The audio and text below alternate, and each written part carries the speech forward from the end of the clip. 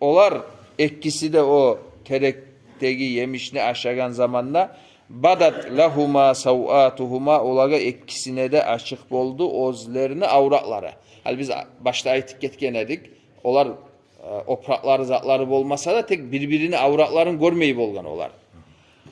Şu zaman aşagan zamanla şu Allahu Teala salgan nur zat tayip birbirini avratların görgen.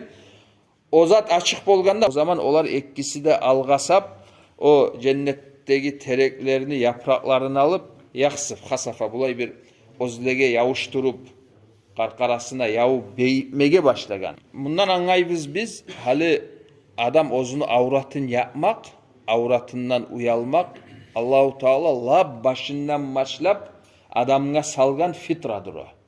Adam musa Allah yaratgan kuyda şulay ozun fitrası saklangan musa liboy adam hatta Müslüman bolmay kalsa da ozunu avratı açılganını süymey, avratı açılsa uyala yapmaga aylana, beyitmege aylana avratın. Şunu anlayırız biz. Buna birinçiley, hali lap birinci yaratılıngan adamlar ki bular.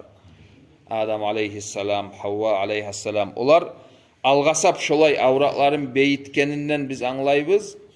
Şu Allahu Teala salgan fitra. O salgan lüboy ideologiya bolsun, ne bileyim ben al turlu sözler bilan pasaklıkka çakıraçı. Svoboda bolsun deygelley. Ne bileyim ben demokrasiya deyim ne dey. Şu zatka karşı gelegen zatını adam kabul etip bolmay, adam musa dağı. Buzulgan musa adam, ozda pasaklıkka aylangan musa oğa ne aytısan?